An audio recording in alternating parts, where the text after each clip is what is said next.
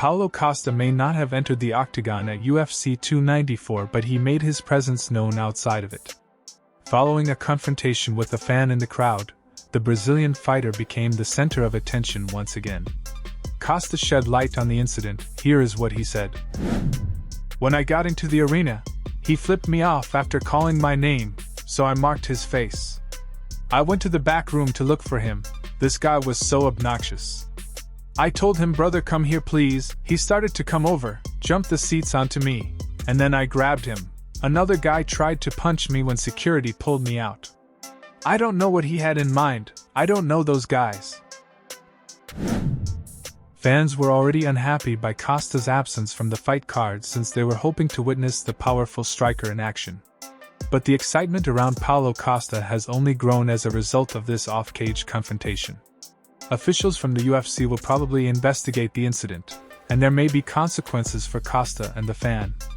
It's unclear what effect this incident will have on Costa's reputation inside the UFC and whether any more steps will be taken. Rockhold expressed his worries about the latest breakup between USADA and the UFC. Rockhold thinks that by making this step, the promotion may be able to influence fight results more and make more money in the process. Here is what he said. "I mean, maybe I'll start working with some guys and come back and make a comeback. If that's the case, come on. I can just go back to Florida, find some scientists, and get to business. I think it's money. I mean, imagine how much more money they pay. I know William Morris is just looking to take more money for themselves and less for the fighters and cut budgets and do their thing. It's a greedy world they live in, unfortunately. But hey, performances should pick up. In-house testing facilities, for sure, but I don't know. Anytime they want someone to pass a test, just like with Brock Lesnar when they wanted him to pass a test, they had USADA in their pocket enough to make that happen, and then they have enough political power to shut down Mark Hunt's whole attack on them too. There's so much political power on their side, there's really not much help." The MMA world has been discussing the UFC's decision to break its relationship with USADA a lot. Although the long-term implications of this decision are still unknown, Rockhold's open comments revealed many fighters' worries as they now had to deal with this unfamiliar landscape. The importance of fighter safety and fair competition cannot be overstated as the discussion goes on. Cannonier shared his thoughts on Khamzat Chimaev's performance at UFC 294, particularly emphasizing the display of Chimaev's wrestling prowess. Cannonier, who was well known for his striking prowess, recognized Chimaev's excellent wrestling ability throughout the match. Here is what he said.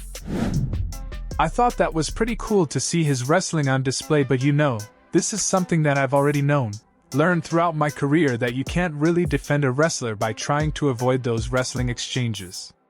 Now I understand MMA, you want to keep it on the feet and try not to engage in those situations, but when you got a wrestler that's that good, you know, who's that dedicated to his craft and who is going to get on you eventually, he's going to make contact with you.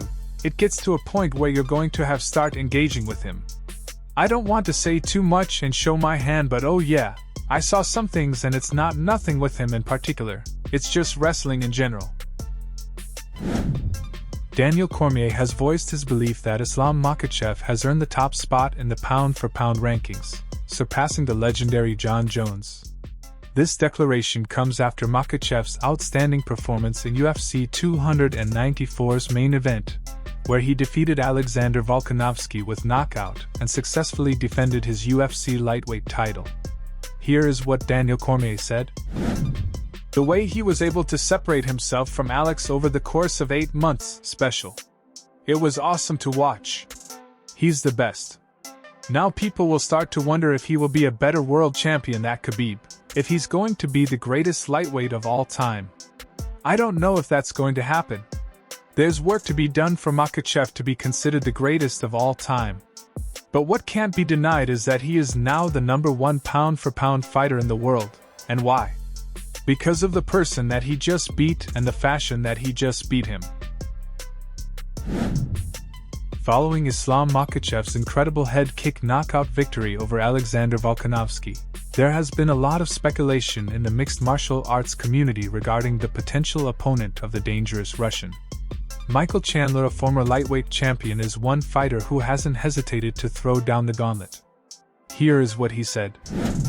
Islam hasn't fought anyone who sees red, hasn't been in a dogfight, he has fought polished guys. The dogfight is his kryptonite. While it may seem like a potentially intriguing matchup, Michael Chandler finds himself quite distant from title contention, largely attributed to his recent losses against formidable opponents such as Poirier, Gaethje, and Oliveira. Thanks for watching. If you're a fan of MMA, be sure to hit the subscribe button and turn on notifications so you never miss an update. Also leave a comment below with your thoughts on today's news. Keep supporting the sport, and we'll see you in the next one.